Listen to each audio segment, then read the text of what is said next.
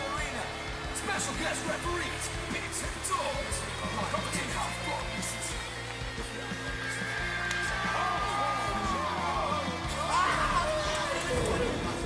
He gets hurt from a pep-up fight.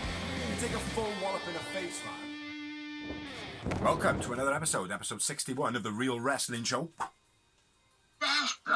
And we're The Real Wrestling Show for The Real Wrestling Show. AEW. See how we timed that shit? Oh, no delay here, boy. We're real wrestling fans doing the show for real wrestling fans, which I feel is the best wrestling product right now. AEW. What we do on the spiel. Sorry, brother. Gonna do the normal spiel of Dark to start, then Dynamite, and then all the latest news and rumours. Which, to be honest, we haven't got privy to anybody directly. We do what everybody else does. We're on Twitter and stuff like that. So most of it is rumours, like those pointed out last week. So let's get into it. If we'll do back and forths. I'll take one, you take the other, and just fill in what you did mention. Yeah, man. Yeah, do you want to go first? Yeah, I'll crack it off. We had Sean Spears on commentary. 20-minute time limit! As they all were. Yeah. I'd like to say it, man. Sean Spears on guest commentary for this match. And it was Ray Roses, who was making his AEW debut. Mm-hmm. Teaming with Rising versus SCU. SCU! Nope, didn't get a further one. Huh? Nothing. All good. All good. Yeah, nice leg drop on the rope by Kaz. As always. Kaz Beastie German suplex. Nice missile drop kick off the top rope by Roses. Yeah. Sit up powerbomb pin caught in a corner by Rising was dope. Over the top rope cutter by Sky was sick. And then SCU, the missile knee strike. I got a couple of bits here. Beautiful leg lariat by Rising. Thought he had a very good on that. Kaz German Scorpio kick double T move. I'm not exactly sure. Did you just drop a beer? No, well, I've written nasty pull up out of corner, sit out powerbomb. Oh, that was right. That was fucking beast. You said that already. Yeah. So everything. Yeah. Sorry, my bad. SCU for the win. And I went with Kaz, man of the match. Man of the match as well for me, and just the one moment. Yeah, I agree. It wasn't a bad match though. I felt like the match was a little bit long for who it was SCU were fighting. You know, I thought it should have gone a bit thing, but like the missus rightly put out, they were just about to go into a big match on Dynamite, so might have been a bit of a warm-up match for them, like, you know. Yeah. Get back to tagging, you know. Rising's getting better.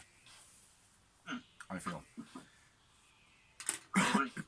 Then we had a promo, which I like this, man. A couple of promos during Dark.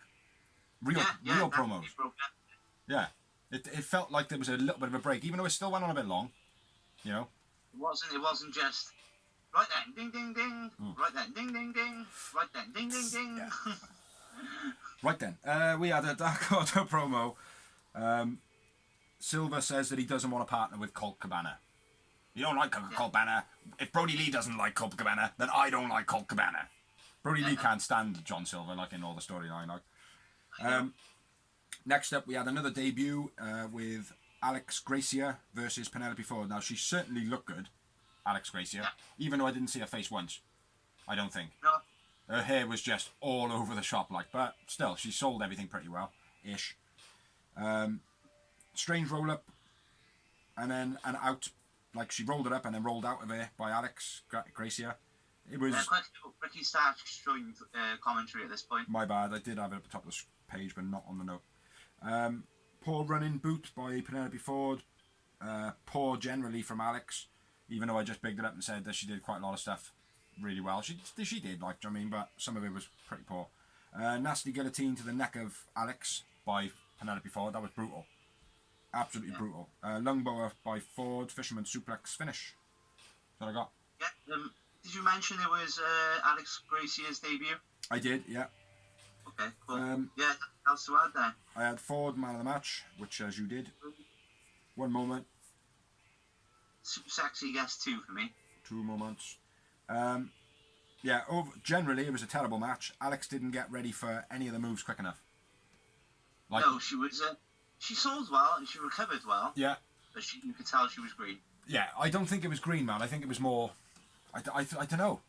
Maybe, let's put it under green, man. Let's just house it off with that, man. But, yeah, it's nothing special at all, that match. No. Next up, we had Bishop King and Mbadu. Making his debut, Bishop King. Best friends, and Bishop King was making his AEW debut. Mbadu.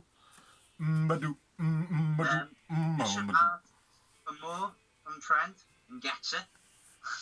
Say again. In the corner, he's getting slapped about, and he's going, "Oh yeah, yeah, slap me." What? Like, you know, like it was like one of those Hulk up moments, like say your vitamins and say your prayers. He's like, "Come on, then." Oh yeah, you got that. Boom.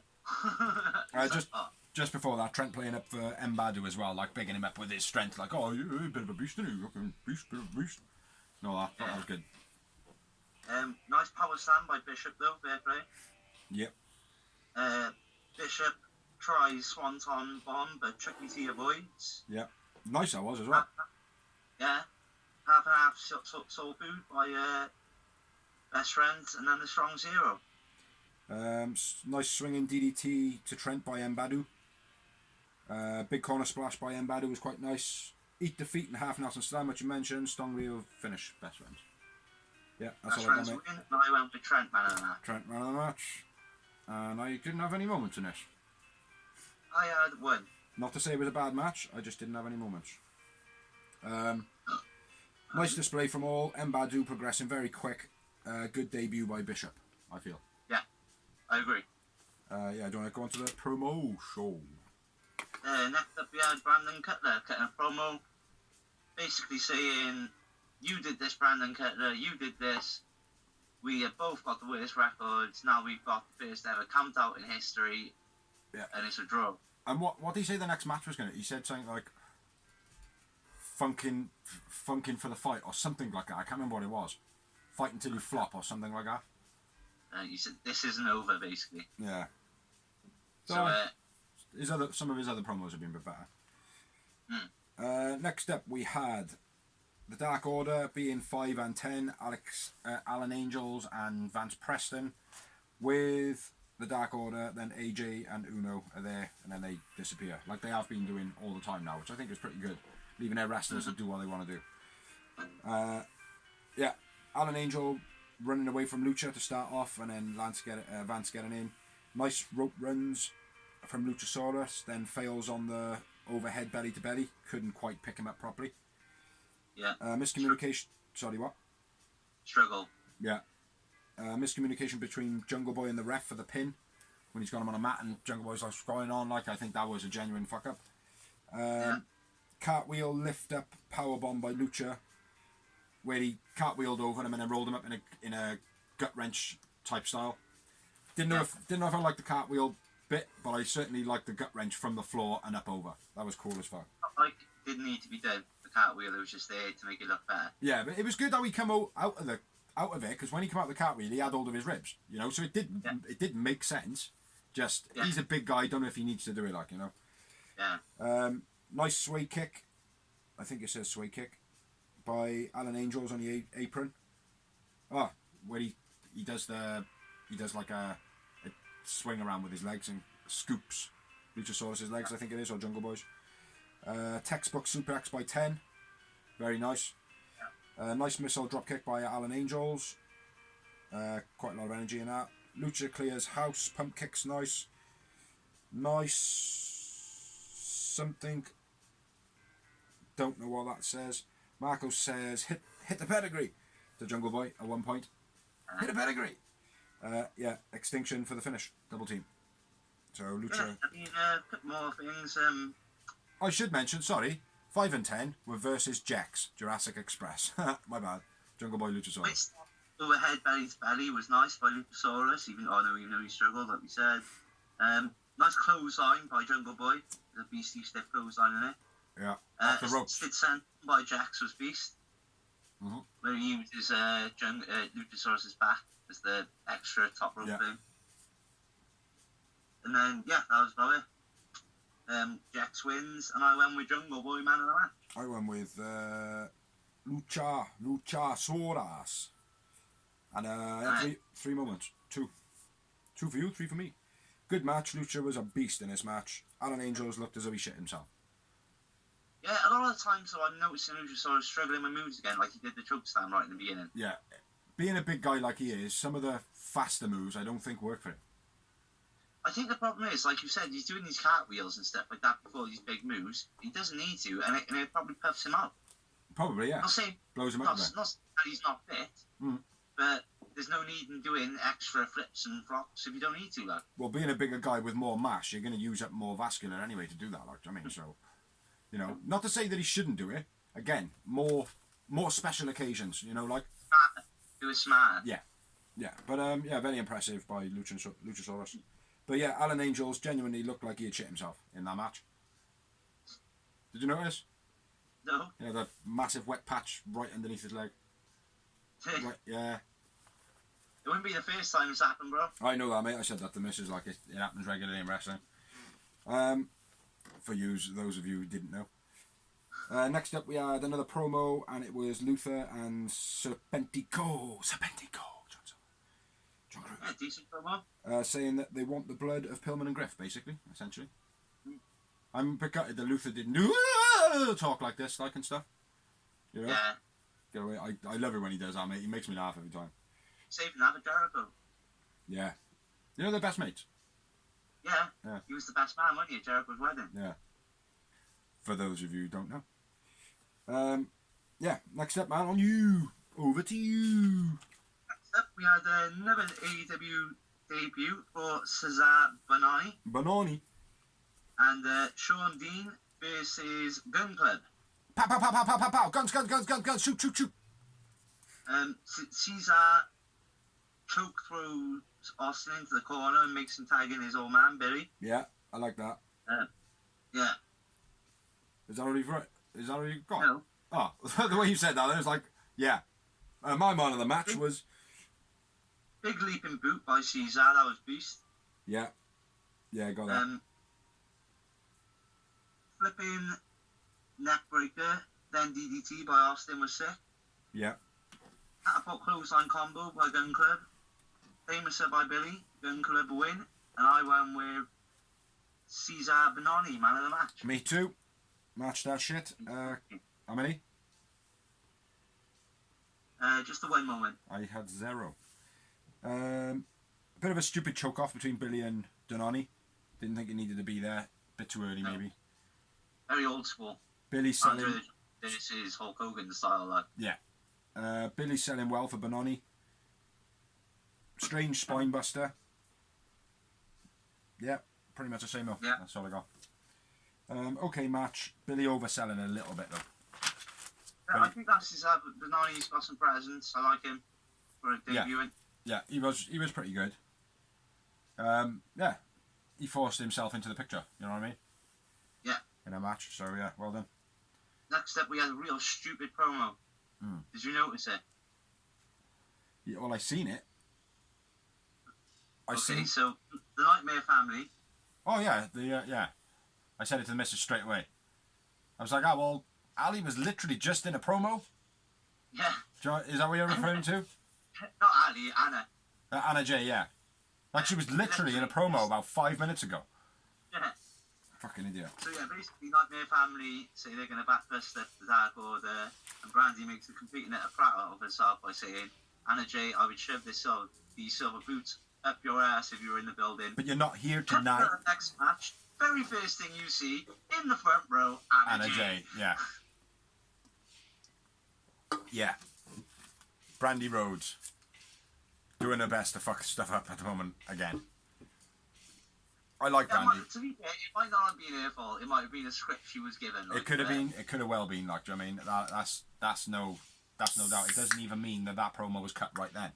So it could have just been the continuity of it being another day being like filmed quick. I thought that, right? But then when she comes down at the end of the match, or later on, she's wearing the same silver boots. So, that's just getting your continuity right for wearing the same clothes twice in a day, in a row. That's all that is. Like, do you know what I mean? That could be. It doesn't matter. Whatever happened, it was a fuck up. Do you know what I mean? Yeah. It was a bit of a fuck up. But I like Brandy, man. But she keeps being involved in peculiar angles and stuff. You know what I mean? Yeah. I didn't want to say it. Fuck ups. Just be cute and do like I said, I don't think that would be her fault. I think that was a script given to her. I think she needs to stick to what she did in the beginning, man, where she was just more the businesswoman. Stay the businesswoman. Do her cooking program. Yeah. You know, don't get involved too much. Don't be getting involved in angles. Don't be having groups. Don't be wrestling too much. Do you know what I mean? Like, let it progress over a couple of years. Like, do you know what I mean? Yeah. But anyway, let's move on. So next up, you had Take On Day versus, as I called last week. No, I didn't. Nope. That'll be later on. Take On 8 versus Red Velvet. She wore red velvet. This one's on me, isn't it? Yeah, man. Yeah, boy. Nice back and forth. First thing that happens though, after that promo, cut straight to energy. Yeah. First person the camera went on to, like. Nice back and forth takedowns between Conti and Velvet. Nice head scissor takedown by Tay. Very unique. Tay mounting Red and kind of punching her. I was like, oh. Yeah, very, very cute. Tay mounting Red and giving her a ground and pound, proper laying into her. Double knee strike on Red on the ropes. It was very nice. Crucifix swinging slam. You know that thing like she's kind of been setting up where she got him across her back in a crucifix position. Yeah. And it keeps getting like reversed and rolled up and stuff like that. It wasn't that impressive when she did it. No. Not at all, like. Choke out finish. That's all I got. Yeah, the flying cross handbrake was sick, I thought, by Conti. BC roll through pump kick by Conti was sick. Double knees by Red Velvet while Conti was on the ropes. That was nice. Yeah, the end was a bit of a botch, wasn't it? Yeah. It didn't look comfortable at all. It looked like there was a lot of jumping on the ropes and running around for nothing. Yeah. When it could have just been a basic blocking the submission move, make a tap. But other than that, I thought it was a decent match. Conti still impresses. I'm a big fan of his. I have been since the Mae Young Classic, since I've seen her in that. I went with man of the match, Conti. And I had one moment, same as you, take Conti. 2 moments for me. From one of the Dawsons. Yeah, good display from Tay. She's very sexy and very cute. Yeah, agreed. That's why I was a big fan of her the first time I seen her. Yeah. After the match, as Anna Jay comes in, celebrates with Tay. AJ takes out Revolver. Brandy comes out and it's like, hey, I didn't think you were in the building. Yeah, basically. Yeah. But yeah. But good to see that storylines leaking back onto that as well. Yeah. Everything we said, like A couple of the lower down storylines, things that are just progressing, you know? Yeah, but early on. That's what I want. Like, I mean, I don't just want ding match, ding ding match, ding ding match. No, I agree, mate. I agree wholeheartedly. Like, it's like there was only 9 matches on this show, which is they got it down considerably from what it has been. It's been like what was the most the other week? 12 or 13? It was 11, but then they had the special Dynamite, didn't they? No, so I don't. I don't mean about that. On a like when they had, I think it was their second Super Show, and we just thought it was a normal day, and it was like 14 matches. Yeah, it was loads on it, like.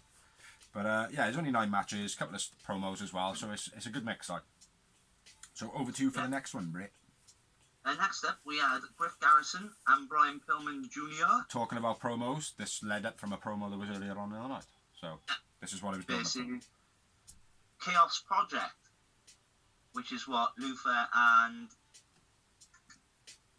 Serpenticle calling themselves. Serpenticle. Streams, Serpenticle Spider-Man shoots his streams into Pillman and Garrison to get the drop on him. Yeah. Nice Northern Lights by Pillman. That was sick.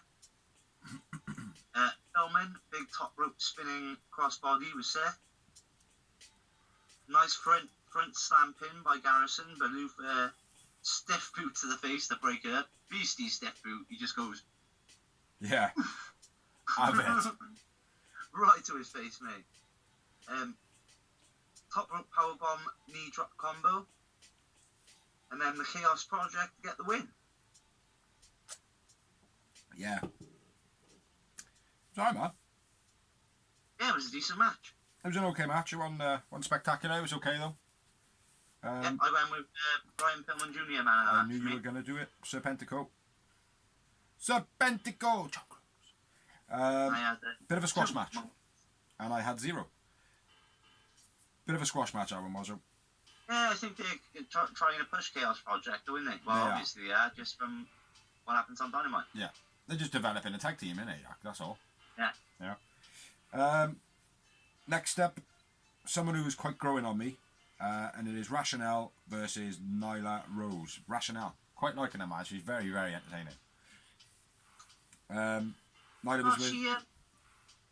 She is, yeah, I don't know. I still don't know if I'm on board with it, but... She's funny, man. You can't deny she's funny. Yeah, she's funny. Best friends are funny as well, like Johnny. But she can wrestle, man. Nyla tells Rachel to lay down, and she gets down on one knee and gives her a bosh in her face. Big body slam from Nyla, fat choke slam from Nyla, front choke slam I should say, so double-handed kind of Prince Albert drop. Beal. What's it called? Beal. The Beal. Beal. Yeah, Ian Beal. Pull up from the pin by Nyla, which you'd expect, and then she says, I gave you the opportunity to get out, or I give you an opportunity for a way out. Beastie knee strike to Nyla by Rationale, where she kind of prances across the ring and then runs across with that energy. Like, it's like, I love that, man. It's brutal. Yeah. Ricky yeah. Stark sold that well on commentary as well, to be fair. Yeah. Chokeslam by Nyla.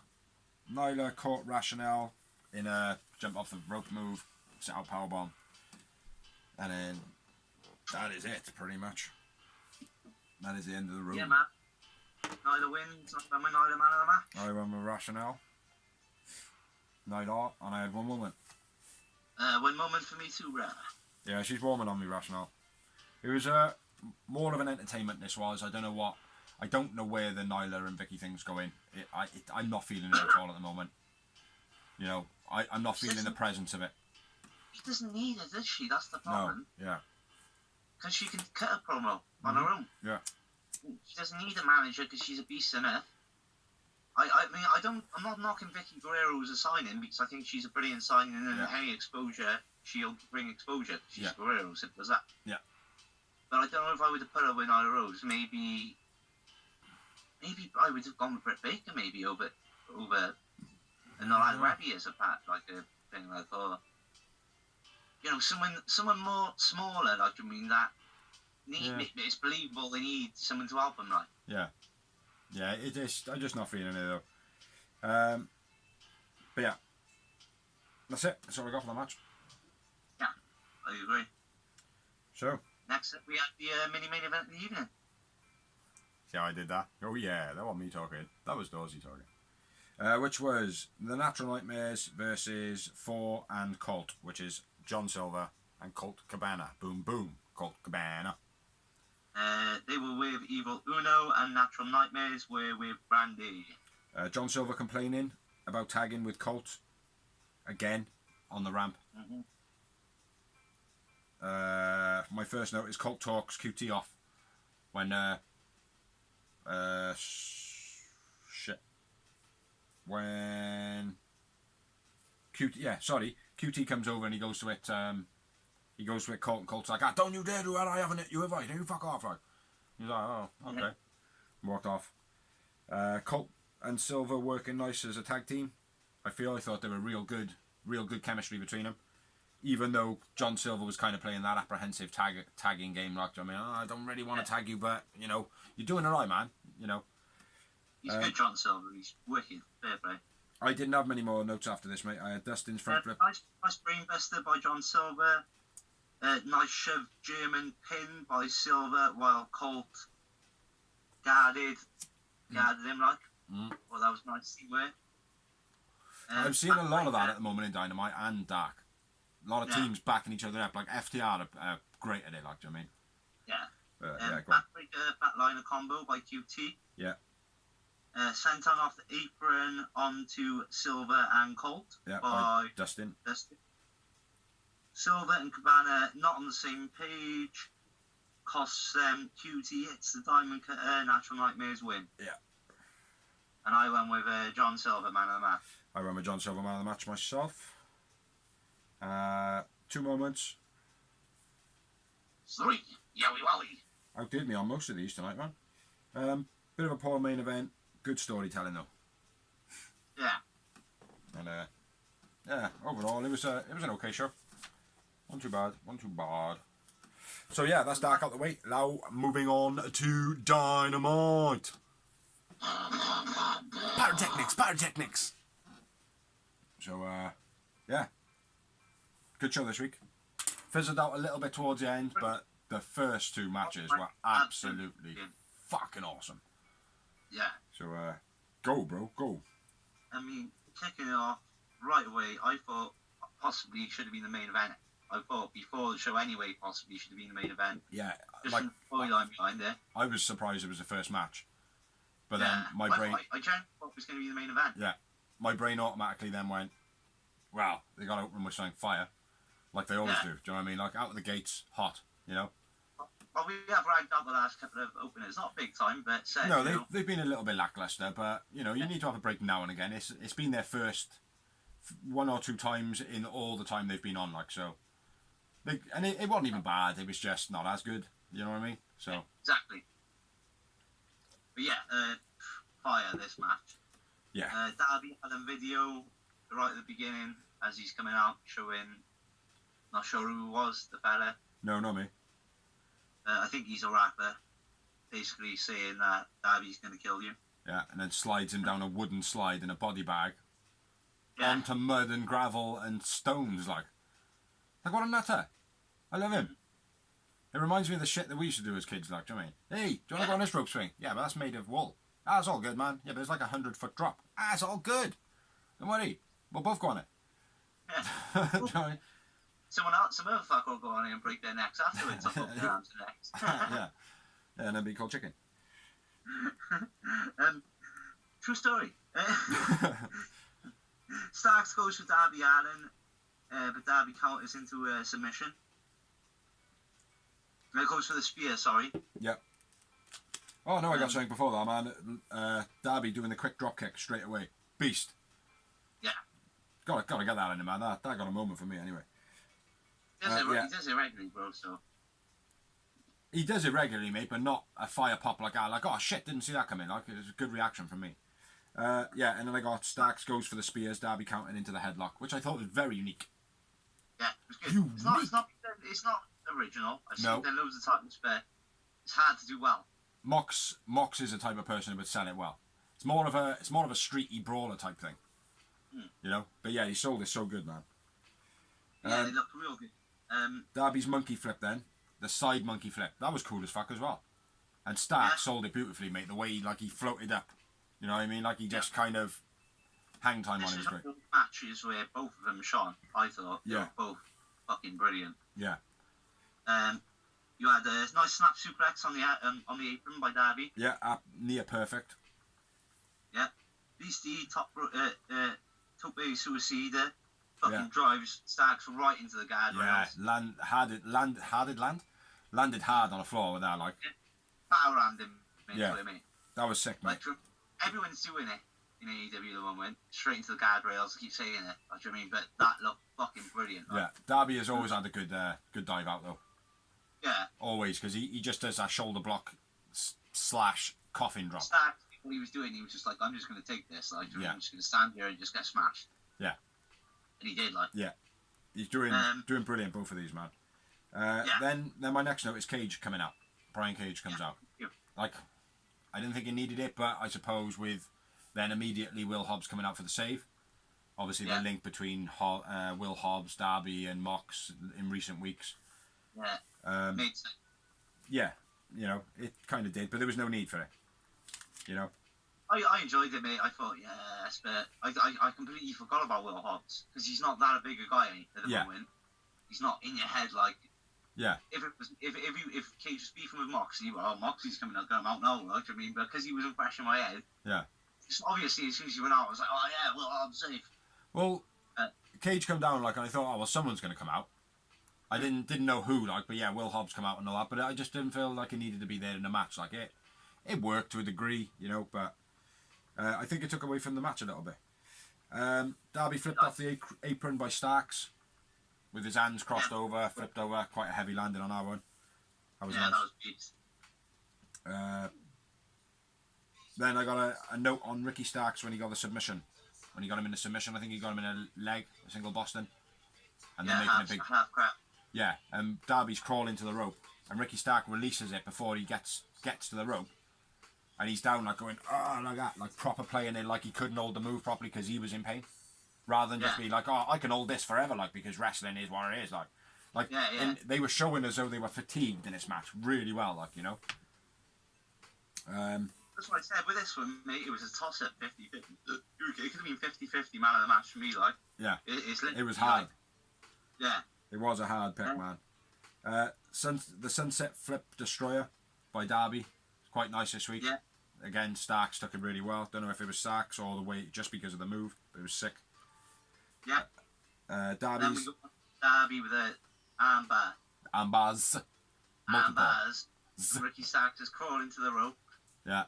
It's about to reach for the rope, and Darby grabs the other arm and pulls that back. I love that. I thought that was such brilliant. A cool move, man. What you would do in real life, innit? Like, you're like, yeah. Yeah, you'd have control of the one side, you're leaning over, and it's like, right, what can he do here, and how can I stop him from moving? Like, I believe, like, you know, you watch cop programs and all that, and they're not allowed to, like, get people and shit like that. Like, wrestlers should be teaching coppers how to do everything, you know? Yeah. Then we had a bit of a slap fest, which, there was a lot of heavy connections, like, but open hand, arms out full length, like, do you know what I mean? The flip stunner by Darby as well this week was sick. I don't know if you got anything here now in between. I think we've been pretty on par here, man. Yeah, we have, mate. It's pretty much exactly the same. And then we had the over the top rope stunner, then a springboard by Darby Allin into a beastie spear. Yeah, fucking beast. Yeah. My missus was like, that was yeah. I think you're trying to say awesome. Exactly the same as what the missus did, mate. Yeah, hits of spears whilst Darby was still in midair, kind of Jeff Hardy-esque. Yeah. Like when Edge takes him off the belt. TLC. Yeah. TLC. Sick, mate, sick. Stark goes for the Super Rochambeau, which they were calling it the Rochambeau Avalanche. Or the Avalanche Rochambeau, which, no, just call it the Super Rochambeau. Yeah, exactly. It was reversed. Darby kicks Stark in the face off the rope, and then hits him with a beastly coffin drop with Stark laying on his stomach. Yeah. And I went with Darby man of the match. Darby man of the match for me. Not that Starks wasn't a man of the match, because they were equal in this match. I gotta be fair. That's fine. But Darby I think I went with Darby Allin, mate, was because I think he showed more grit. He just looks more beautiful in the ring. I think, yeah, I agree. I feel like he's a bit more rounded than Ricky Starks at the moment. Yeah. And I think it was right for Darby to go over, you know. My missus is really, like, she doesn't normally, like, get high on new talent. She normally, like, waits a bit. Yeah. But, you know, it normally takes a while to get warm to him, like most wrestling fans, but straight away tonight she was like, that Starks. Like, Darby was awesome, but that Starks was really good. My missus don't like him. Yeah. And then when his music came on, she was like, I was like, don't sing to his song. You don't like it. Yeah, it is a catchy song though. Yeah, I know. Yeah. But yeah, this was an absolutely sick match. I had 10 moments. Yeah, it's one of those matches where I would say to anyone who hasn't seen AEW, watch it, and I had 7 yowie wowie moments. Yeah, if you are a wrestling fan and you watch this somehow and you're not an AEW fan, then watch Ricky Starks vs Darby, because beast. Say again. Oh, very young. Yeah. Like, these could be the main event in 10 years' time. Like, I mean, not that they're not the main event now. No, exactly. Like, these guys could be legends fighting in the ring in 10 years' time. Like, easy. Fucking A. Absolutely sick match. Go and watch it. if you haven't watched the full thing, go and watch the highlights, then go and buy wherever you can watch it. So there we go. Next up, we had a promo. It was with Dasha Fontes, with Cody, and he goes on. Dasha Fontes. Is that her name? I thought it was Gonzalez. Dasha Gonzalez. Hey, you said Fontes. Who's that? Actress, I think. Dasha Fontes. I don't know. She's someone. Dasha Gonzalez. Yeah, Cody Rhodes basically answers Brody with a big long hoo-ha. Have you written any of the hoo-ha down? Cody in ring interview. Cody says no to Brody Lee. Storms out, then storms back and says, actually, yes, to next week. Yeah, good promo, all the stuff that he did say before, though. Yeah. Sick promo. Then I've written, Brody Lee comes out, the Feds come out, Dark Order come out, Brandy comes out, front flip off the corner onto the Dark Order, AJ attacks Brandy, Nyla attacks Kylan King, Brody comes out, goes away, comes back out, goes away. Nice. It was a great brawl. It was a brilliant brawl. Totally entertaining. She was like, oh, and I haven't seen her like that since they take on a brawl. Yeah, it's like, oh, what the fuck, man? They've lost control, like. Yeah. Yeah. It was nice to see they brought Brandy out separate. I liked it because obviously, like, the Feds come out, like you said. Yeah. All the random wrestlers come out. Yeah. And then Brandy comes out of nowhere, takes out the Dark Order with a senton from the top of it out to the outside. It was just beast. And Jay comes out, attacks Brandy. Yeah. Very light on the females tonight, Dynamite. Like, at one point, I was thinking, is that the only female match we're going to see? Because I forgot about Bret Baker. Yeah. Yeah. But still. Good brawl. Good brawl. Yeah, brilliant brawl. Very old school WWE. Yeah. Like, good WWE. Yeah. Next up, we had another promo, and it was Tony Schiavone with Tully and FTR talking about who's their next competitor is going to be. Is it going to be best friends? And they basically say, no, they're losers. Everybody are losers, you know, and whatnot. And then Matt, I actually was writing whilst Matt come out and super kicked Tony in the face. Matt Jackson, and he's just like, yeah, what? Did I interrupt? Oh, yeah. Hey, Nick, wait up. And then they leave. It was good, man, I suppose. Yeah. I'm liking the super kicking everybody and just walking off. It's kind of doing my head in a little bit. Do you know what I mean? Like, there needs to be some variation to it. What he did back in the day. Yeah. But that's been done, though, isn't it? You know, just have a little bit of variation. I'm not saying not repeat, but a bit of variation. Like. I remember, bro, it's like, yeah, it was them back in the day, but even though they were still big back in the day, it was small time compared to what they are now. Mm-hmm. So not everyone's seen what they did back in the day. No, I appreciate that, mate, but still, they need variation. I'm not just coming at it from, like, the perspective of, oh, well, yeah, they've done it once before, there's no point doing it again. I'm looking at the perspective of they're just super kicking people, that's it. There's not, like, the Tony bit last week was cool, but then it's back to just super kicking Tony. Yeah. You know, I don't know, I just wanted to progress a little bit quicker. Hype for, it was more hype. It was hype for FTR, basically. This was. So. We move on to Dasha Gonzalez interview with SCU. SCU! Now, it confused me at first, but now I realise why, because it was obviously Scorpio and Kaz. Yeah. And they've quite openly advertised how they're pushing Sky on his own and SCU are focused on the tags. But then Sky and Kaz were the first AEW Tag Team Champions. That's why. Yeah, exactly. That's why. Yeah, my missus was asking me, and I was like, "Well, that's what the team was," you know. So, yeah, CD didn't talk, which I'm a bit intrigued by because on BTE, he obviously did that long speech of, you know, Sky's doing his thing, Kaz is doing his thing. I don't know what I'm doing with myself thing, like, do you know what I mean? So, yeah, it's alright. Spears then is out by the ring entrance and says good luck to Sky while staring him down. Yeah. Like this. While he was on commentary in there, he did say, Sean Spears says there's nothing to do with me and FTR and what they have with Tully is their thing, and what I have with Tully is my thing. Yeah. It's just a business relationship. Yeah. As if. But it's nice because obviously FTR are involved in this match with SCU. Mm-hmm. And Sean Spears is there, so it was nice they cleared that up beforehand. Yeah. Yeah, trying to kill the speculation, but spreading rumours at the same time. Yeah, it's good, man. It's good. Yeah, so Spears says good luck to Sky. And then the next match, 20-minute time limit, SCU versus FTR. With Christopher Daniels, respectively, and Tully Blanchard, respectively, for their teams. It was for the tag team titles. And Hangman came out on commentary, and his name tag said, very unprepared. So, came out with his tag team partner, Jack Daniels. Yeah, Jack D. Which, I don't know if that's Christopher Daniels' brother or not. But, yeah, he had a couple of drinks. Yeah, started off, man. Beastie clothesline by Kaz. Yeah. And then the next bit I've got, so I don't know if you've got anything before. Well, I started off with nice back and forth, Dax and Kaz. Kaz outdoing Dax, and then it was, what have I written? Yeah, CD, Christopher Daniels grabs a leg, gets himself kicked out. Well, he didn't actually, did he? They played the old Viva la Raza. I thought he grabbed the foot. No, he did grab the foot, didn't he?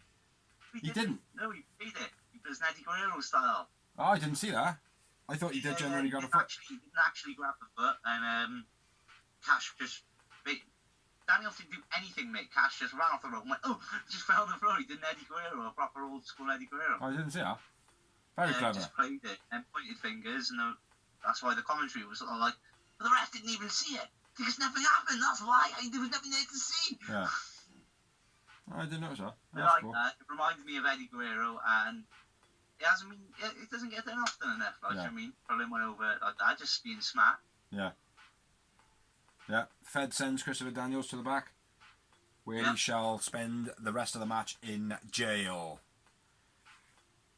Yeah. Not really. My next note then is SCU knock FDR out of the ring. That's where they both get knocked out of the ring. One gets knocked out and then the other one gets knocked out. So I might be that. I know that is a little bit further on. Like, Kez. Bad drop stacks onto Cash from ring to the outside. Yeah. That's it. If you want to take over, bro, because I've had most of it. That's all good, man. FDR closing down. Kaz gets FDR to follow him around the ring, and then Sky does a dive over the top rope. Pretty nice. Yeah. Some heavy clotheslines, barges, and uppercuts from everybody in this match. Now, I have probably moved on a little bit by year because for me it was a lot of back and forths to start off, like, but very entertaining watch. Like, you know what I mean? Yeah. FDR at this point then a closing Scorpio Sky down. He hasn't had any chance to tag or nothing. Sky eventually almost makes a tag, and Dax comes around him and pushes him back into the corner of FDR. Yeah. Very good. Before that, the big boot by Cash on the outside was beast. Got to note that. Yeah. I did see one of them laying down, man. I didn't skip it back to see. But yeah. And then we had the roll through Russian leg sweep by. Oh yeah, go on, carry on, because the next part I've got is the hot tag. So. Fed's distracted by Sky's pin. Yeah. Sick leg lariat by Kaz. Cash back flipped onto Dax. No, Cash onto Dax. Oh yeah, he like flips him over onto Cash laying on the mat. Kaz does. Yeah. I don't know what your note is, man. So just say it. The roll through Russian leg sweep by Sky allows him to get the hot tag. Sick. I don't know where that is. And we had the Northern Lights jackknife pin combo by Kaz was sick. Yeah, I know where you are now. Yeah, that was beast. Fisherman suplex gets a 2 count by Kaz. Yeah. He done that fucking beast, like Penelope Ford beast. Yeah. Synchronized cutters by SCU. Yeah. He done that real well. Real sick. The whole segment just before that was wicked, man, as well. Yeah. Beastie powerbomb Dax, then Dragon suplex by Cash gets 2 count. Sky was knocked off the apron by Kaz at this point by accident. I don't think you noticed that, or if many did, people did. But as he was chucked onto the rope, he wasn't chucked in the centre of the ropes. he was chucked slightly over, and as he was thrown over, Sky was getting up, and he just hit him off the ropes, which I thought was a pretty good spot. Like FTR double team work, which is what you just said. The powerbomb clothesline off the top rope combined into a power slam by Kaz. That was beast. That was fucking phenomenal, mate. Kaz reversed the FTR electric chair drop attack into a body slam. Sick. Yeah. I can't remember exactly what the name of the move is. I can't remember either, but mate, that's the first time I've seen. Well, I think I've seen it before, but not in a long time. Yeah, sick though, man. And then Sky goes for his sick run of pins, man. What a beautiful technician with his pins, man. Sky is. Yeah. Do you know what I mean? Like, I'd love to see a match, right, with Scorpio Sky. Like on the SmackDown games before, it'd be like, right, win with only being able to use pins. You know? And then you'd literally just do as many pins as you knew. Like, you'd set your guy to have, like, 30 pins on every single move. Like, press circle, press up, yes, pin. Press circle, press down, yes, pin. You know? I'd like to see him do that, man. Literally try and just wear his opponent out in pins only. That would be beast, because he's such a good tactician, like. Yeah, sorry for that tangent, but... Telly cheated then. Like the bitch he is. Telly tries to stop Cash getting pinned by holding on to him. No, it's not going to happen. Yeah. And then referee he gets outpowered, and Cash I think Cash makes a save. The ref kicks his hands. Yeah, but then for him to kick out, does he kick out or does Cash make the save? I don't know. Not sure about that. I think Cash makes a save, and then Sky goes for a vertical suplex. Yeah. So he sweeps the feet and then drops down, grabbing the ankle, stopping him from the kick out. Allowing FTR to get the victory. Cheating bastard. It was fucking sick match, as was, mate. Who would have guessed that from a Four Horseman guy, huh? I know, eh? The leader of, like, the dirtiest player of the game. I mean, who would have ever fought him? My God. Terrible, mate, terrible. Who's your man of the match? I went with Kaz, man. I went with Kaz as well, mate. But again, that was never a hard one. Mate, I actually broke down Sky first. Yeah. I think, to be honest, it was literally the power slam that took it. Off the top rope, the reversal. It was, mate. As well as a lot of other stuff in the match, like. But, beast, man. I wrote fucking unbelievable match. Anybody could have been man of the match now for me. Anybody could have been. It was a hard one, mate, honestly. It was a real hard one. Nothing happened after that, did it? Nope. 7 moments. 7 yowie moments. It's unusual to match on such a high number. After that match, it went to a segment with the commentators, which was a bit weird. I didn't kind of get why they didn't put up any visuals to kind of go along with what they were talking about.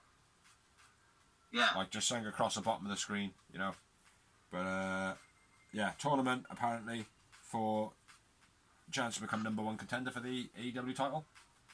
Yeah, and the finals going to happen. Moxley's title, yeah? Yeah. Yeah, okay. And finals are going to happen. The final match of the tournament will be at Full Gear. Which is on the 7th. 3 participants are going to be Jungle Boy. Ray Phoenix, my boy. Phoenix. And Kenny Omega. Which Hangman was pissed at. Yeah. But we all know he's going to be in the tournament anyway. Yeah. And what are you predicting the final? Is the final going to be Hangman and Kenny? Wow. I don't know.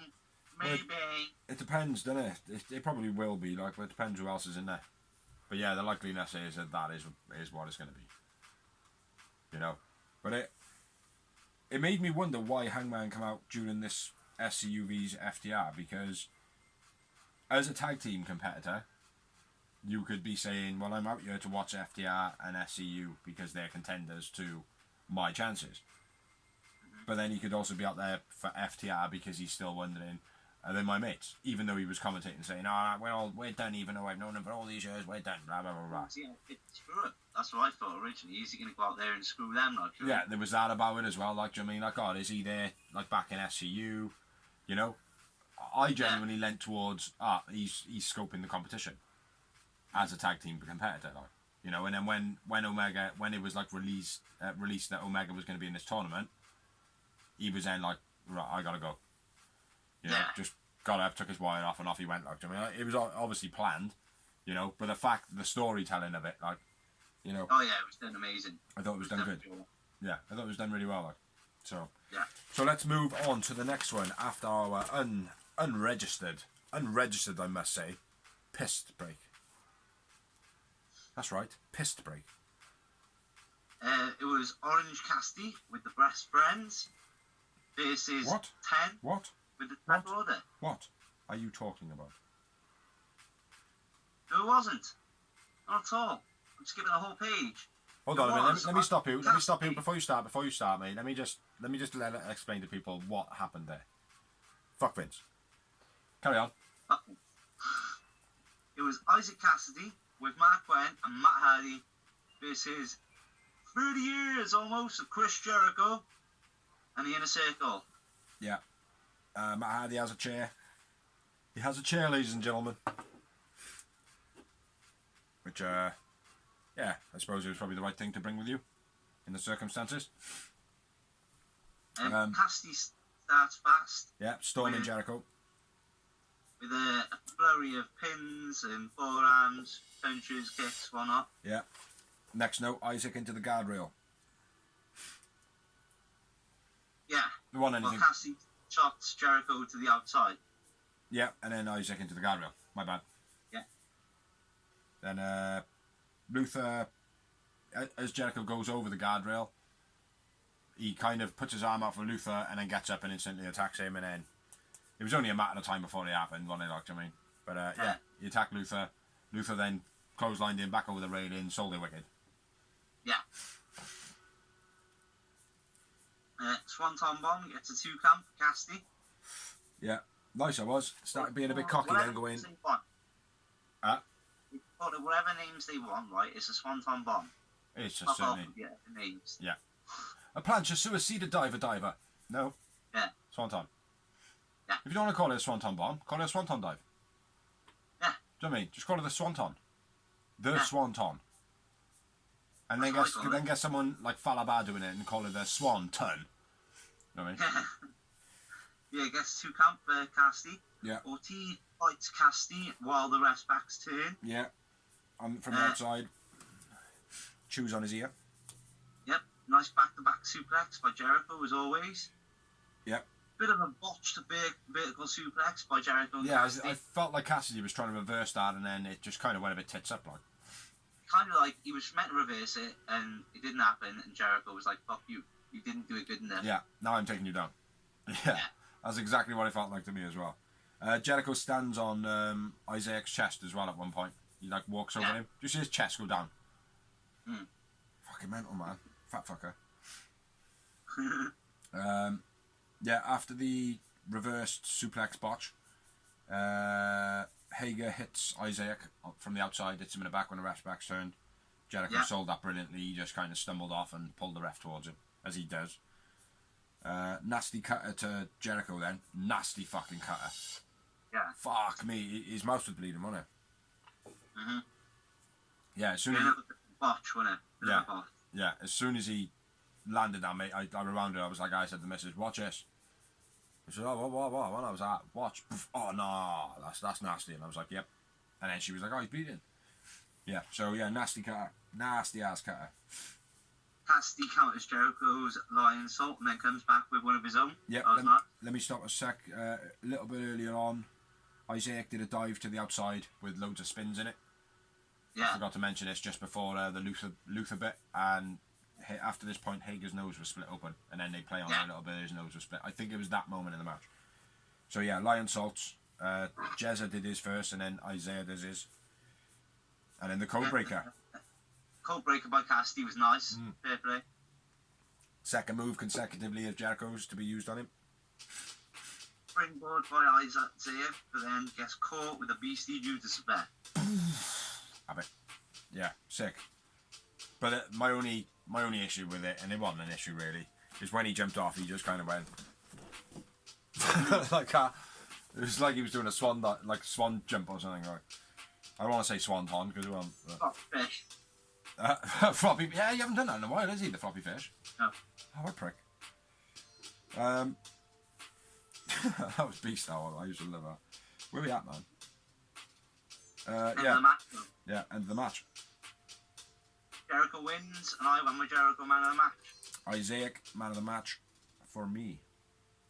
And I had 6 moments. Yeah, it was a lot of botches, but still, he was pretty impressive. And I went with 5 Yowie Wowie moments. Inner Circle stormed the ring straight away. Hardy crying for the save and the chair, obviously. Jericho and Hagen attack Luther and Serp. Huh? And Jericho attacks Luther again. Yeah. Jez and Hagen attack Luther and Serpentico. Not a great match. Some good spots. Isaac, very good in my opinion. Even though he did botch a few.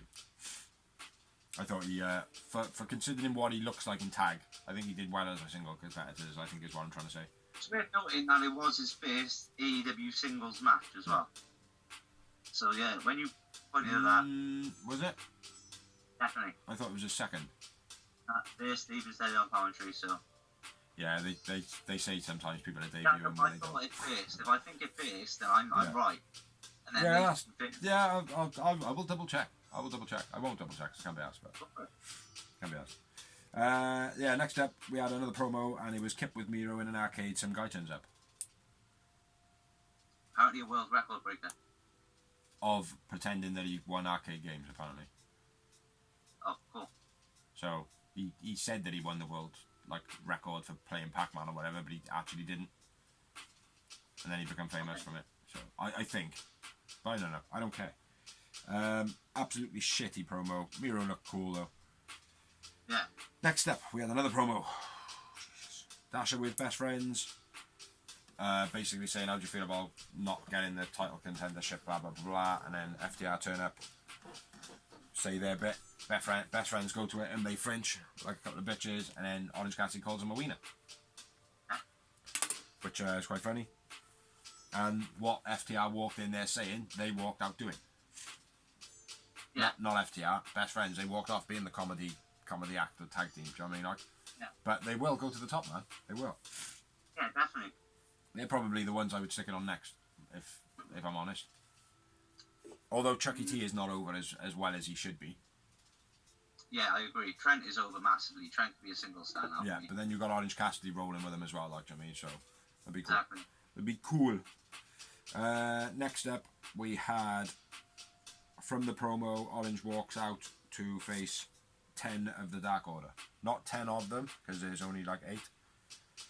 But Sure, I thought there was 99. Oh yeah, there is 99. Shit. They're all hidden. They're on the internet. 99 million. Yeah, Orange versus 10 of a Dark Order. Glasses spot at the beginning. Cassidy having his glasses taken off and having his match glasses put on. 10 takes them off his face, sticks them on John Silver, and then he does his Swedish, oh, look at me! Oh, no, look at me! Which, on BT, funny as fuck. Yeah, nice stall facebuster by 10. End of days. End of days. That's what it is. I knew I seen it. Yeah. Baron Corbin, isn't it? Yeah. 10 puts Fuck Orange. Corbin. Fuck Vince. Yeah, fuck Vince. With a middle finger. Orange top. No. 10 puts Orange's hands in his own pockets. Mm-hmm. Bit stupid. But he did manage to hit him with a spine buster. Yeah, BC spine buster by 10. Dark Order. The Bob Bret's friends hug. Yeah, on the outside. Orange top rope dive. Or fall to the outside, I should say. Because he just kind of falls off the top, which is Orange Cassidy's style. We like it. Orange hits the gravy chain. Met the gravy train. And it was pretty brutal. Fair play. He didn't lock his head in at all, did he? He just fucking let it swing out on the side like.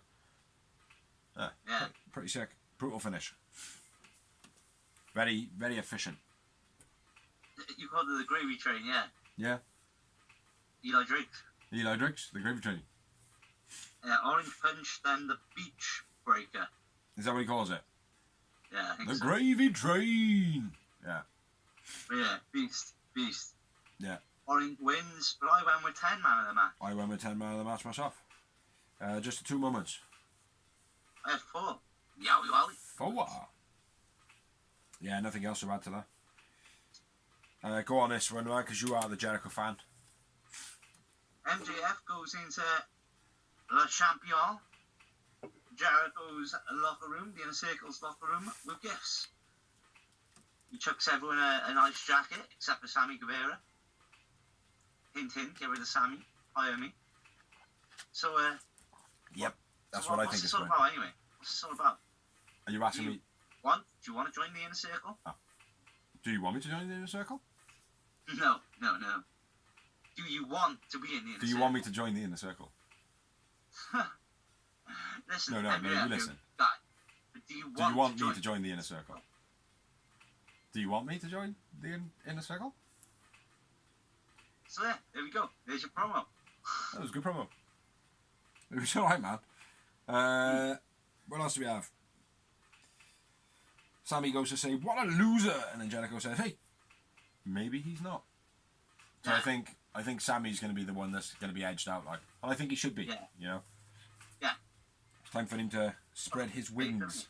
Huh? For a babyface for a start. Yeah. It's time for him to spread his wingies. Mm-hmm. His wingies. Next up, we had the return of the very, very sexily dressed Bret Baker in her new ring gear with a little bit more cheek showing. I like it. I approve. Bret Baker versus Red Velvet. I called it. Yeah, you did call it. Dorsey called this match last week. Said it would be Red Velvet in the debut because Bret Baker appears this week. It's going to be against a squash E, as in being an employee. One thing I will say, right? I know Bret Baker she's been on TV a lot, but like when she came out tonight, it felt like a star return. Yeah, it did. But I mean, it felt like somebody missing from the roster. Yeah. I will say one thing. I think her makeup, her facial was a little bit too over the top for what she is. I think it was a bit too, like, not hooker, because she still looked good. Yeah. But I like Bret because she looked kind of a little bit more natural. Do you know what I mean? Yeah. Like, she wasn't, like, plied up with, you know, huh? You don't need to flatter her. Yeah, exactly. Yeah. But, yeah, she looked good, though. I like the new ring gear. I didn't have many notes on this, man. Like I said, I couldn't really get engaged in it, like, you know. Let me just put my notes in, man, because then you can fill everything in. I thought it was a nice swinging fisherman neck breaker by Bret Baker. Big boot finish. Beast finish. By Bret. Nice bad boy choke by Bret. Nice missile. Dropkick. Misdirection kick by Velvet. I like the way she grabbed her and sort of threw her into the ropes again. Yeah. Oh yeah, that was pretty cool. Because it didn't look unnatural. It transitioned well. Like it doesn't happen often. You can do that and make it look smooth. It's like a nice executed sling blade. Yeah. Yeah. Stiff punches and clotheslines by Bret all the way through the match. All the way through the match. Butterfly suplex by Bret. Nice sling blade by Bret. Swinging fisherman neck breaker into a curb stomp by Bret. Yeah. Bret win. And Bret man of the match. Yeah, Bret man of the match for me. And I just had the one. 3. Yowie wowie moments. 3 mementoses. Memorable moments. Yeah, like I said, I was a bit gutted about the amount of women's action on this because I'm a big fan of women's wrestling at the moment, but it felt like Bret Baker coming back tonight felt like a star. Yeah. It felt like a missing component, like you know when like WWE, like John Cena's back. Oh, it felt like that. Yeah.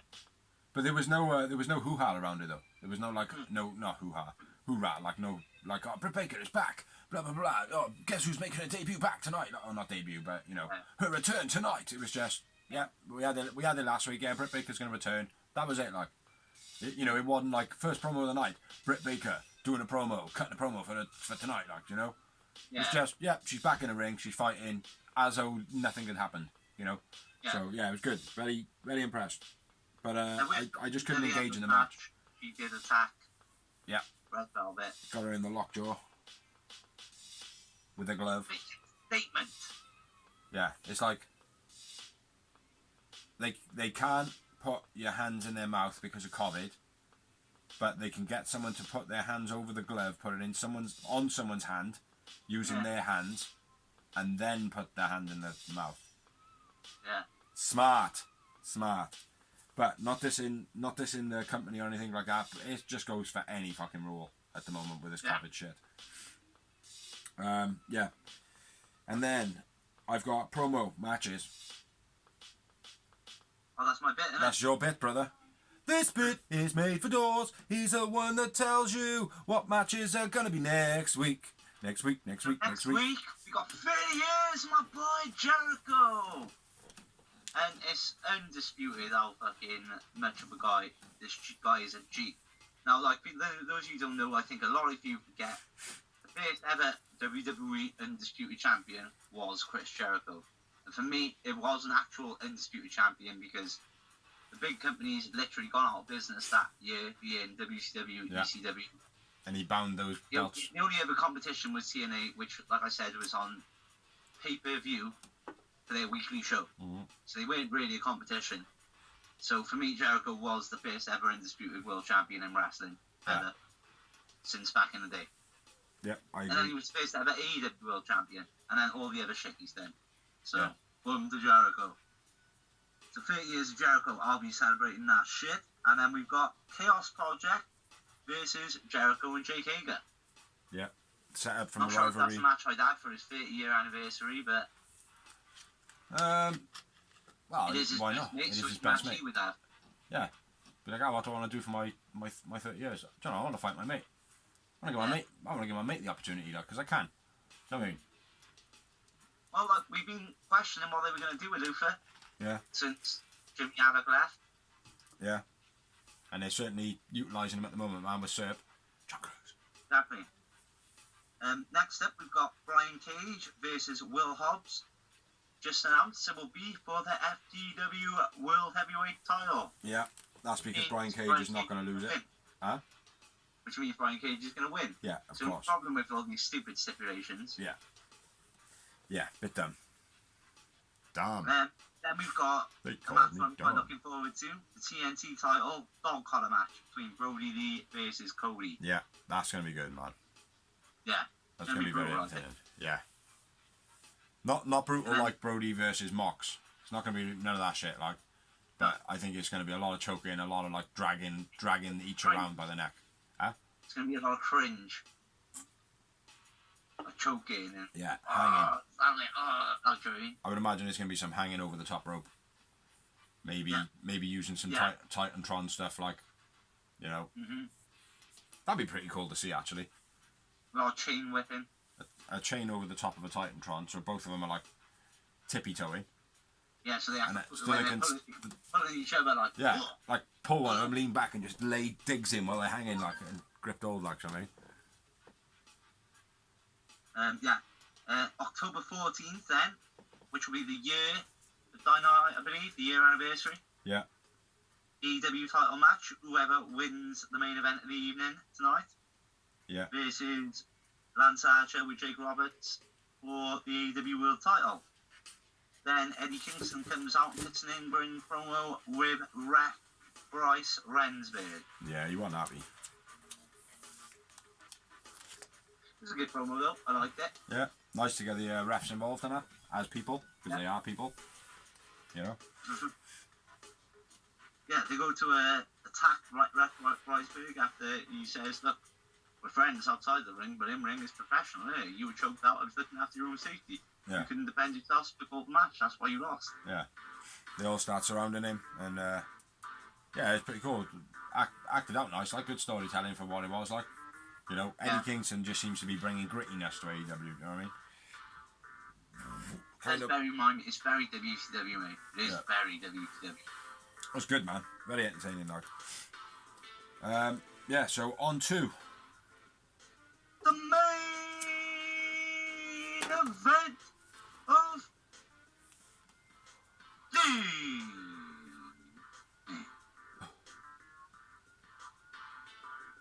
Ning, which was between Mox, who come out for the save, With a barbed wire bat. With a barbed wire bat for Remsburg.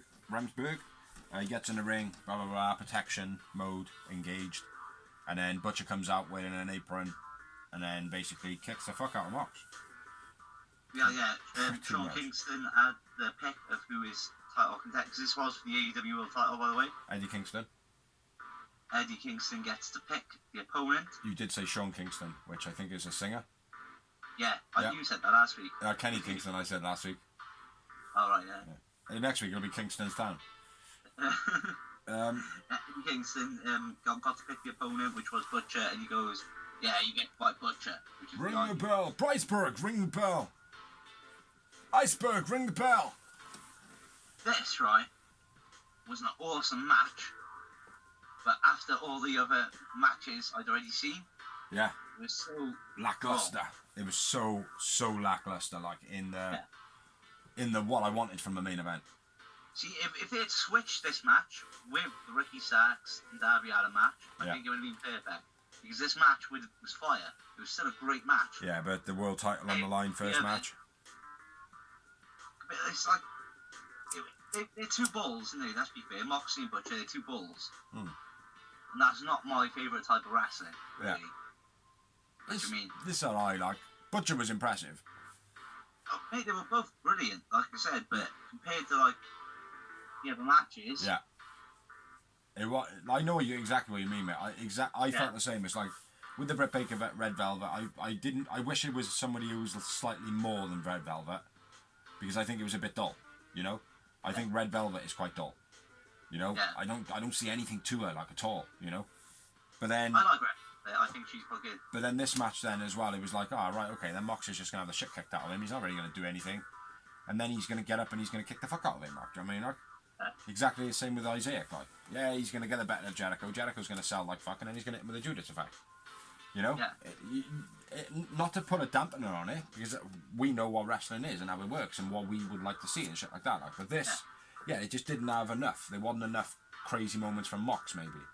You know what I mean? See, I think it's been just a better opener. I think if it was the opener... Yeah, you're not going to have a world title on the line, though, are you? And for your first match. Even WWE, bro. Huh? WWE have started off with Triple H versus The Rock for the world title on SmackDown before. Yeah, I suppose. But anyway, let's get into it, man, because we've sidetracked a bit here. If they've done that first, what are they going to do next? Yeah. What's going to be the main event? Yeah. Yeah, it probably would have been a better place for it to go, but, you know, in all things termed, titles and everything like that, I don't know. But anyway, let's get into the match. He's in control. It's a boss man slam. That's loud as fuck. Waiting the knee.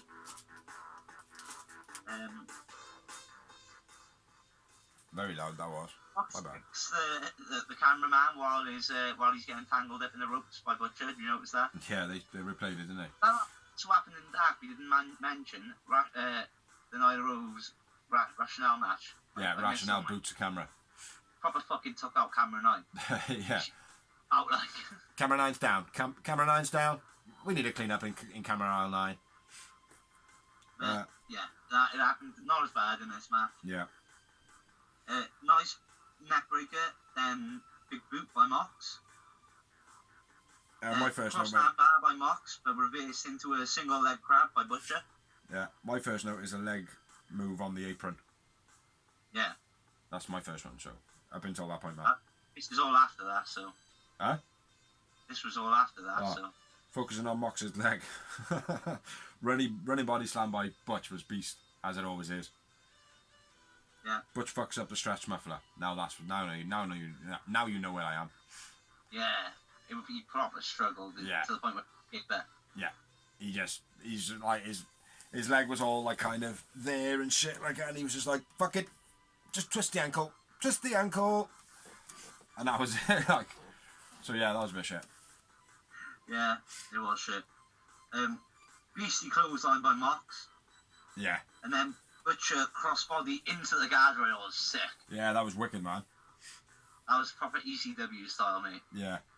Proper just ran at it and just went as if Mox wasn't going to move. There was a huge clothesline by Butch just before that as well. Yeah. Terrible crossbody by Butcher then. It was alright, Yeah. but it just really slow and shitty. Oh no, not that one. Sorry, when he ran across the ring and he just proper clattered him, man, rather than do it smoothly. And Mox was kind of still up in a sitting position when he took her. Yeah. The pump handled Uranagi, Butch. That was a bit of a fuck up as well. They were like, oh, the pump handle, like, it's like, no, it's not. He's got his hand between his legs. He's not even got it. He haven't even got hold of his hand. Do you know what I mean? Like, for it to be a pump handle, he'd be bent over slightly more. Like, do you know what I mean? He's standing up clearly. Do you know what I mean? Oh, you didn't know? Yeah. Beastie pile driver by Mox. Fucking beastie, man. He, like, how Butch took that and broke his neck. Because he was just up like that, mate. Straight down, like. That will win as well. Huh? Kicked out will win. Did he? Yeah. I didn't notice that. I was writing, man. Yeah, he kicked out will win. Crossbody off the middle rope by Butch. Yeah. And then I got the finishes. Yeah, because that's what happened. Oh, yeah. Yeah, paradigm shift. And then he chokes him out. Makes him tap out. Yeah. Definitively to say to Eddie Kingston, yeah, I'll fucking show you tapping out now. Next time you'll tap out, you can. You know? Yeah. But, yeah. Mox wins. Mox wins, and I went with Butcher man of the match. Butch man of the match. And I had 4 moments. 5, yeah, we got all the moments. 5 M&M's. Memorable moments. We were pretty much on par all night, mate. Pretty much. A couple of them being up and down. This match was very slow to start, better towards the end. Butch had a few botches. But yeah, Again, I feel this match it was a great match. I just feel it would have been appreciated a bit more if it was on a different part of the show. Yeah. Maybe even the mid card, maybe even the Jericho slot. Yeah. And put the Jericho and Isaiah in here, even. Yeah. It certainly wasn't the main event, but no doubt, no fault of his own. It was just what was before it, like, do you know what I mean? Yeah. Earlier on in the night. Do you know what I think they should have had as the main event? Promo with Cody. Oh, the brawl? Yeah. To finish the show out, like. Yeah. Yeah. Yeah, could have done that. Yeah, well, that's Dynamite out of the way, man. What would you give it? I give it an 8. 8! I'm going to give it a strong 8. A strong 8. So I think if that was a little bit shorter, like 10, 15 minutes shorter, I might have given it a 9. Yeah. Yeah.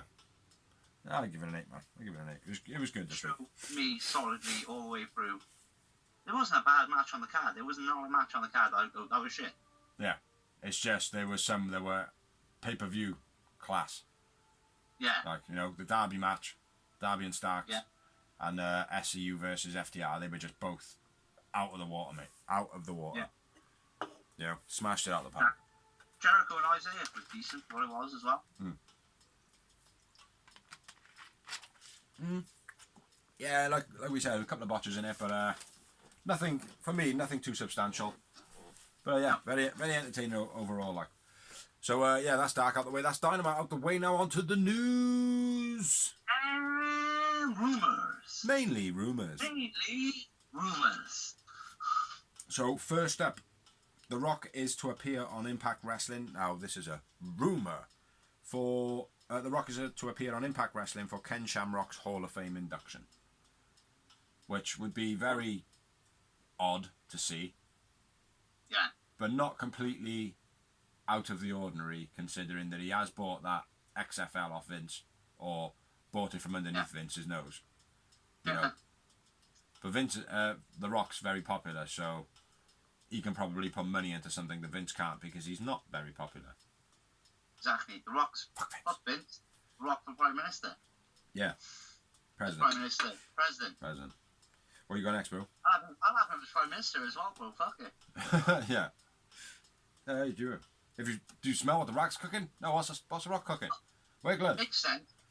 You've got another bit of Rock news. You might as well drop that next. Have I? Yeah.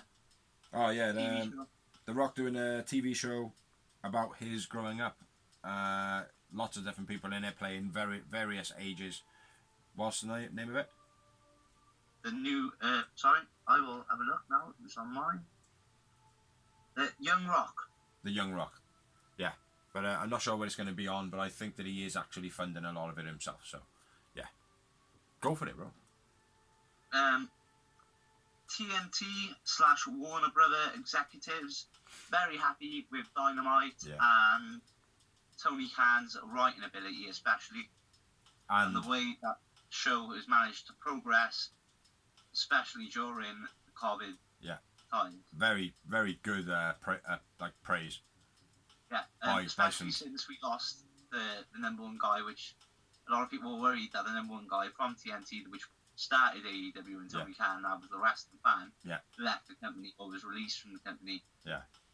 I just hope it doesn't. I just hope we don't turn around and they start going, oh look, we want to send in some writers and shit. You know. I don't. Why would they? Because it happens, mate.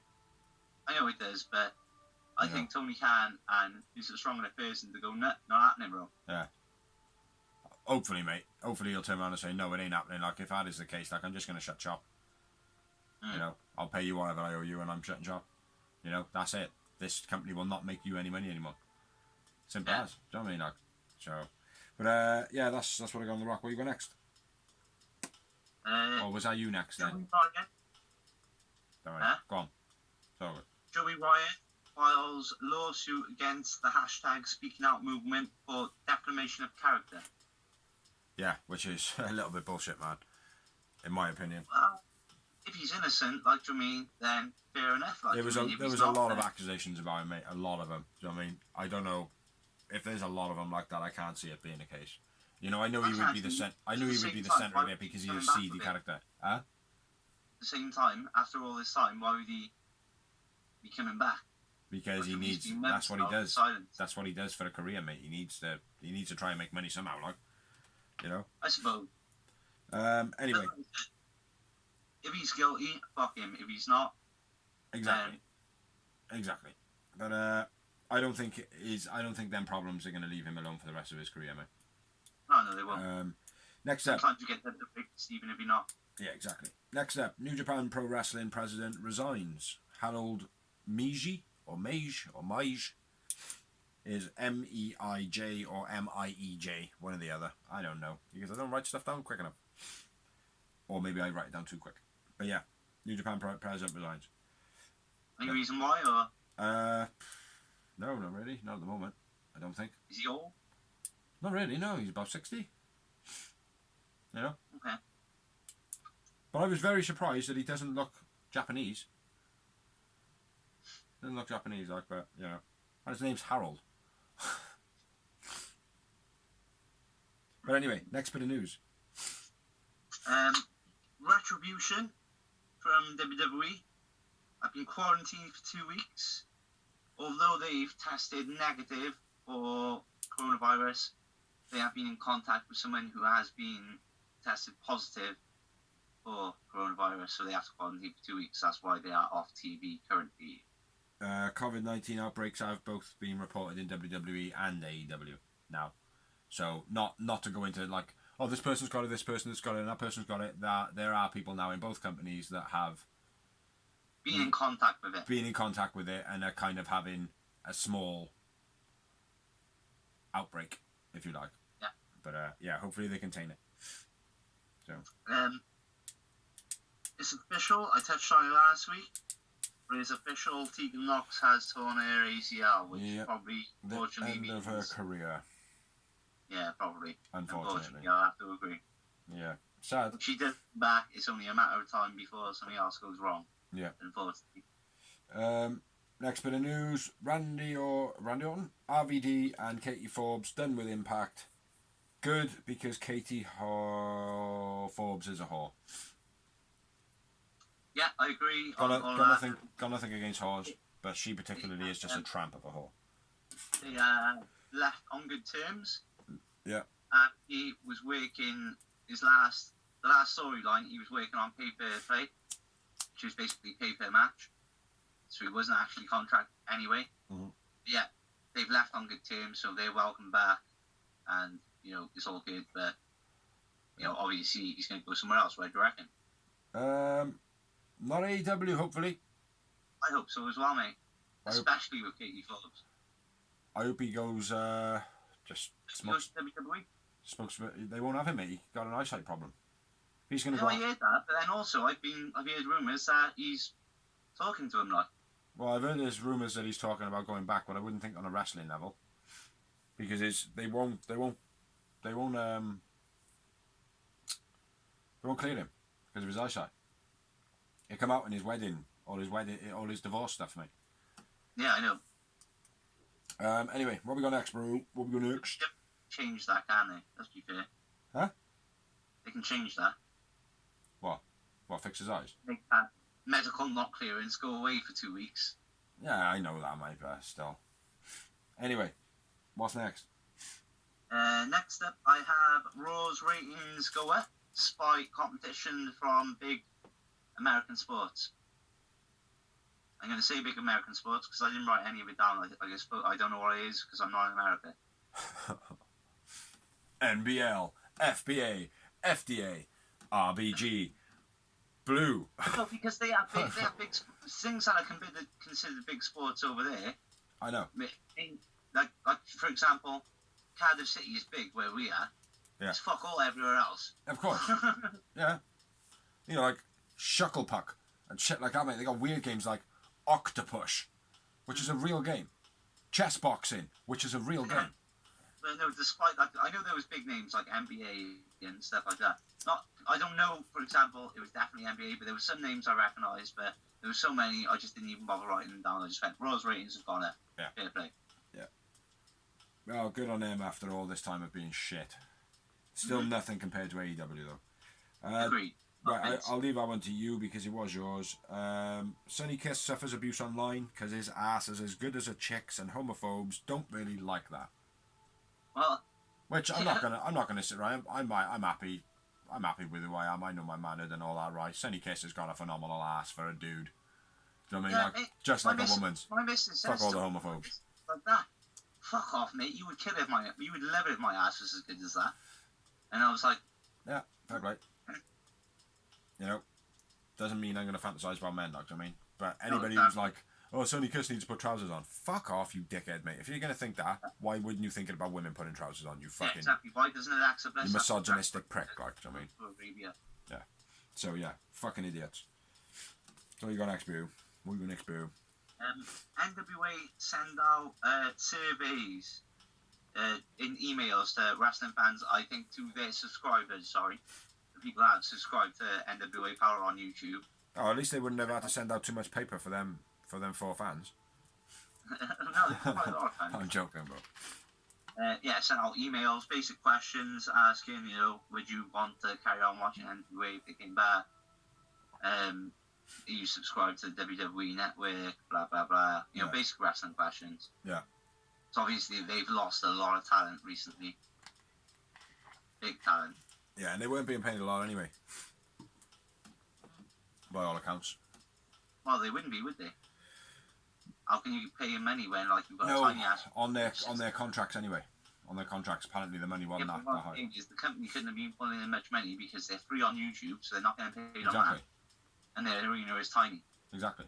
So I mean, there's not much revenue. Exactly. On that, I'm going to say it anyway. I know it's in your notes. James Storm was due to go back to WWE before the COVID, so his contract just lapsed. Didn't really make any hoo-ha of it. He was actually under contract. They contacted him during the Royal Rumble weekend. Yeah. But he was away working with NWA and didn't get access to his emails for some reason. Yeah. So he missed it. Oh, okay.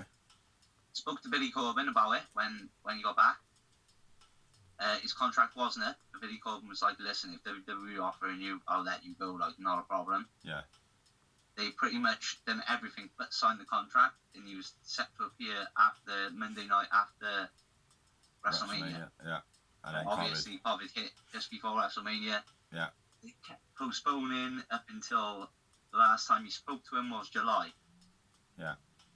And he hasn't heard from him since July. He's not holding out on him. He's like, well, they know where I'm at with him. Yeah. Well, hopefully, I'm mate. not gonna hang out for him. Let's get him over in AEW. Get him getting Hangman on the right page, like, do you know what I mean? Mm-hmm. Handling his shit, controlling his business. Do you know what I mean? But yeah. What you got next? Matt Cardona done with AEW. He's done his five nights or whatever he was contracted to. Yeah, I'm not really disappointed, to be honest.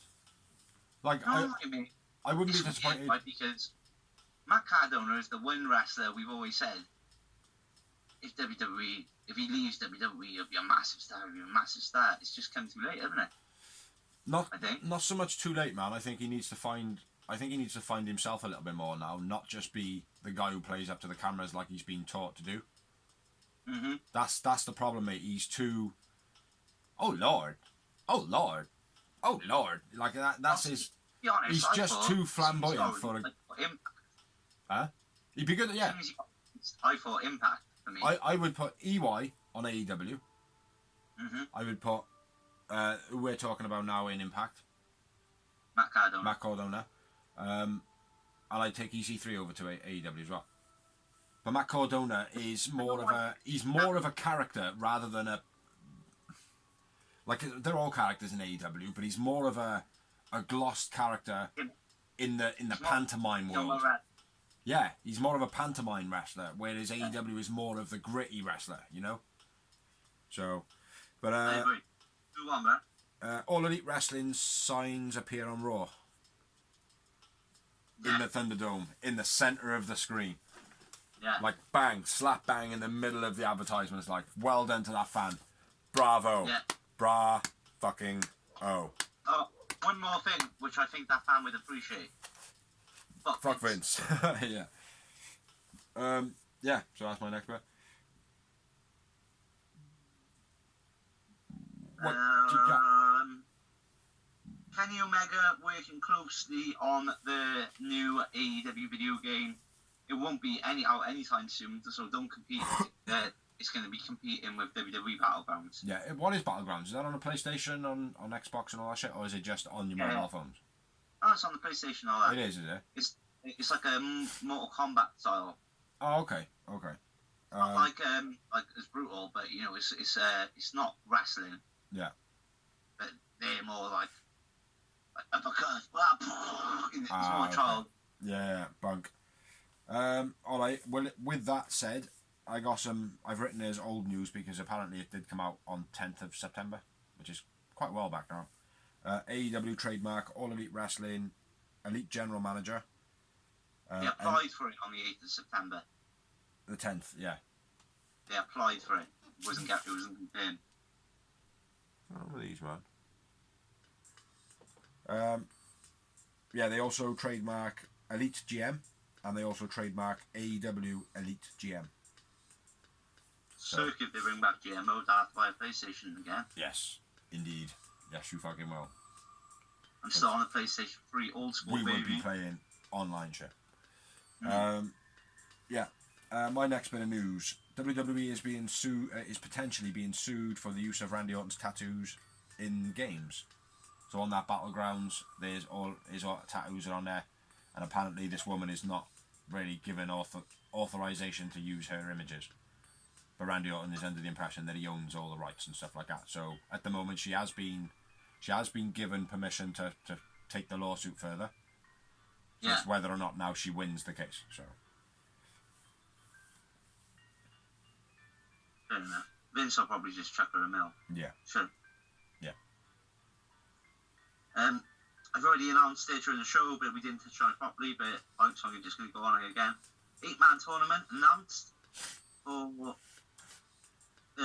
in the next coming weeks on AEW. The winner will get an AEW World Title shot.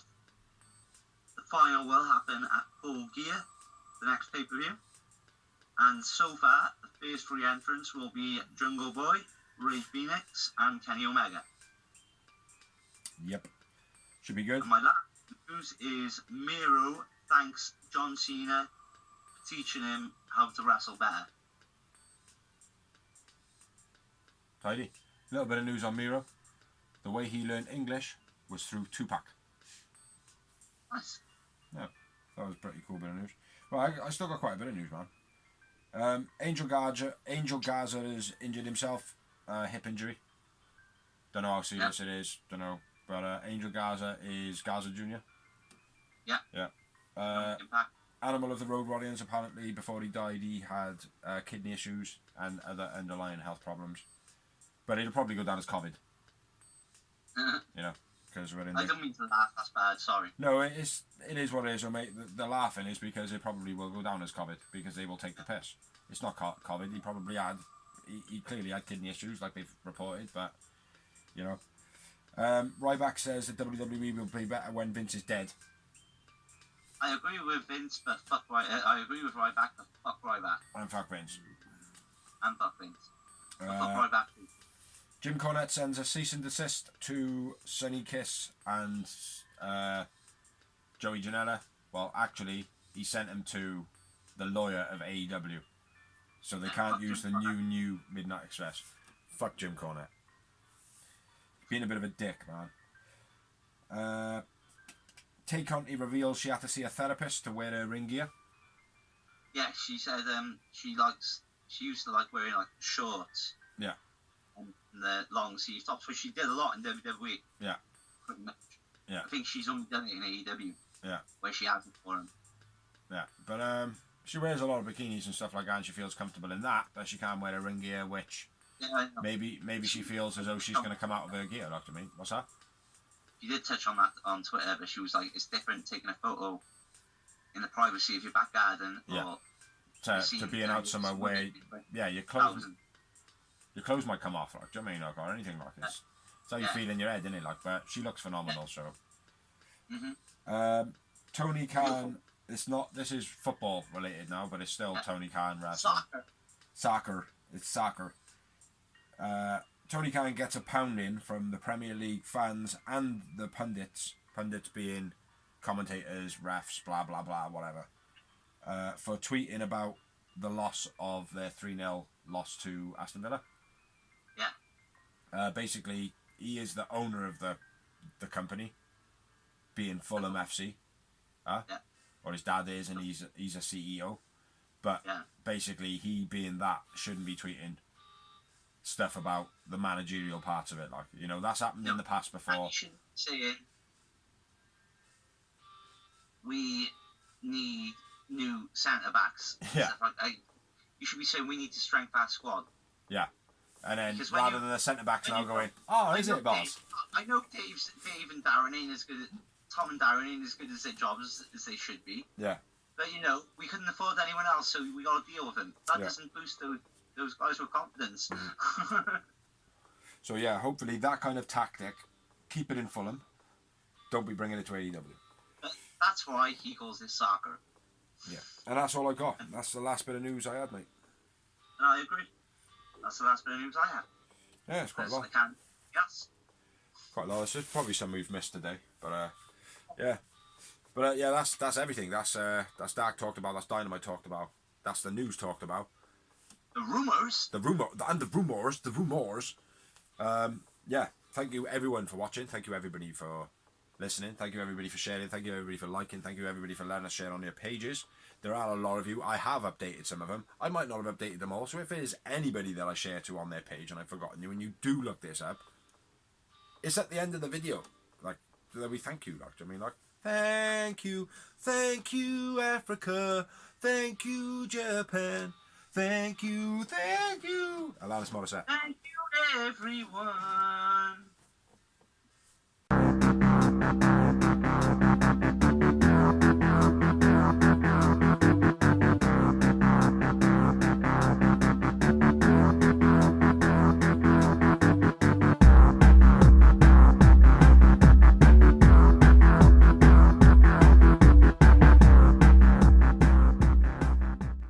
Welcome to episode 61 of Real Wrestling Channel.